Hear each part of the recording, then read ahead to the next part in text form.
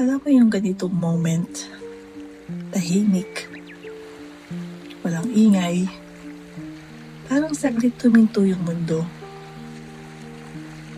Dito mo marirealize ang dami mo walang dala. Hindi man laging halata. Ngumiti ka lang, okay ka na sa paningin ng iba.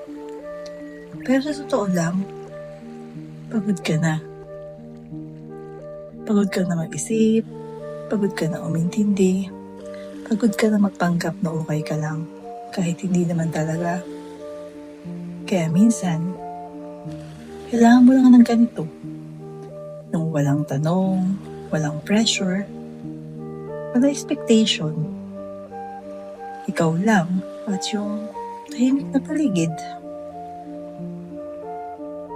Habang tinitignan ko to, parang sinasabi ng araw, okay lang mapagod. Okay lang huminto sandali. Hindi mo kailangang ayusin ang lahat ngayon. Kasi hindi naman karera ang buhay. Minsan kasi pinipilit natin maging strong palagi. Pero hindi naman masamang maging mahina pa minsan-minsan. Hindi naman masamang umamin na hindi ko na kaya today. At alam mo, ayos lang yun. Kasi kahit ganito, kahit tahimik, kahit parang wala lang, may healing na nangyayari. Dahan-dahan, hindi mo man napapansin pero gumagaan.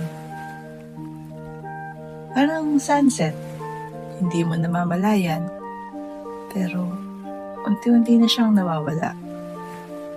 Hindi biglaan, hindi pilit. Kusa siyang nangyayari. Sana ganun din tayo, no? Hindi kailangan madaliin ang sarili. Hindi kailangan maging okay agad. Basta tuloy lang.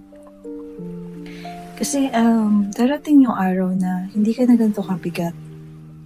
Hindi ka na ganito ka-overthink. Hindi ka na ganito kapagod.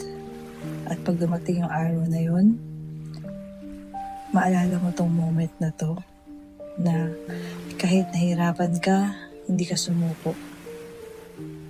So kung ganito ka rin ngayon, pagod, lost, or tahimik lang, okay lang yan. Hindi ka nag-iisa. Huminga ka lang ng dahan-dahan, tulad ng araw. Lalipas din to.